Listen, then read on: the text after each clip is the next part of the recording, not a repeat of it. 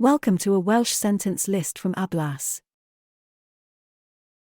Approximately 400 bird species inhabit Denmark and about 160 of those breed in the country. Mae tua 400 o rywogaethau adar yn byw yn Denmark a tua 160 o'r rheini'n bridio yn y wlad. Many bird species, including 7 species of penguin, breed in the British Antarctic territories. Mae llawer o rywogaethau adar, gan gynnwys 7 rhywogaeth o fryd pengwiniaid yn diriogaethau Antarctig Prydain.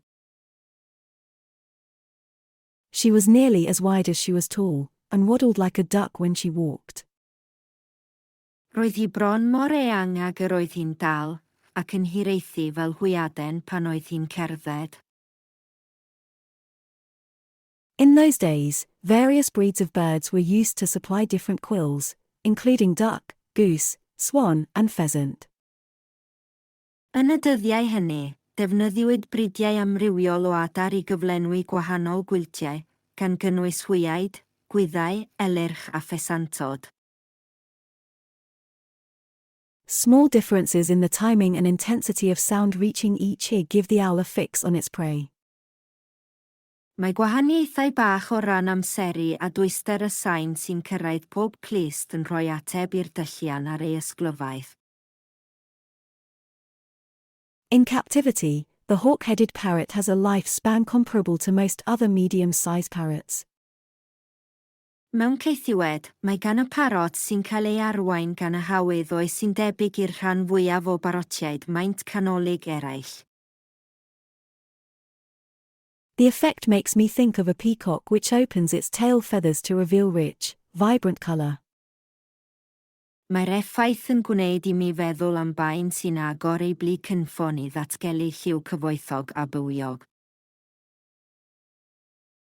The emperor penguin is the largest penguin species and also one of the few found in Antarctica. Y pengwin ymerawdwr yw'r rhywogaethau pengwin mwyaf a hefyd un o'r ychydig a geir yn Antarctica. This penguin owes its anonymity more to its location than to any lack of scientific interest. Mae'r pengwin hwn yn ddyledus i'w anhysbysrwydd yn fwy i'w leoliad nag i unrhyw ddiffyg diddordeb gwyddonol. Unexpectedly, a large emperor penguin came sliding in from miles away to watch us.